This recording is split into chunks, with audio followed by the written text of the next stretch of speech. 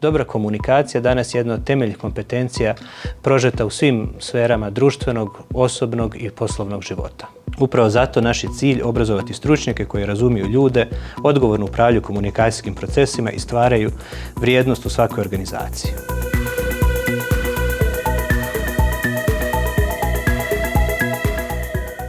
Stručni diplomski studij komunikacijski menadžment traje 2 godine. U potpunosti online i omogućuje fleksibilno studiranje iz bilo kojeg mjesta. Završetkom ovog programa stječe se stručni naziv magistar ili magistra komunikacijskog menadžmenta, a studij je koncipiran tako da razvija i stručno znanje i osobne vještine koje su danas nužne u gotovo svakoj industriji.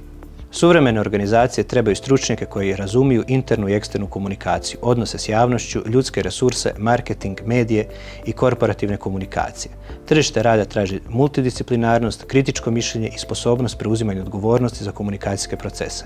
Upravo ove potrebe određuju svrhu i vrijednost studija komunikacijskog menadžmenta.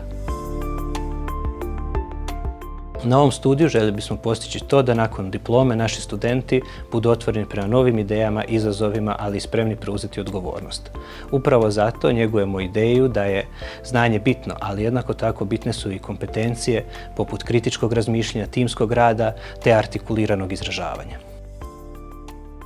Studenti imaju mogućnost stručne prakse u jednoj od 20-ak partnerskih tvrtki iz komunikacijske industrije gdje stječu iskustvo i profesionalne kontakte. Studij organizira i mnoge događaje i inovativne projekte u kojima studenti kroz stvarne zadatke odmah primjenjuju ono što su naučili.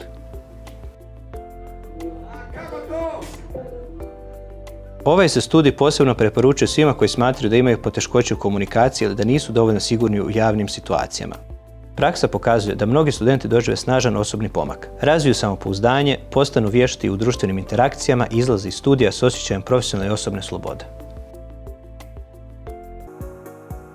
Studenti imaju mogućnost odlaska na Erasmus razmjenu u mnogim europskim zemljama, od Francuske, Španjolske i Portugala pa sve do Cipra, Turske i Gruzije. Te razmjene otvaraju nova profesionalna iskustva i šire kulturne perspektive, što dodatno obogaćuje studijski proces. Ako želite studij koji će vam omogućiti mnoge profesionalne prilike, ali paralelno s time i razvijati vas osobno, komunikacijski menadžment pravi izbor za vas. Vidimo se na Baltazaru.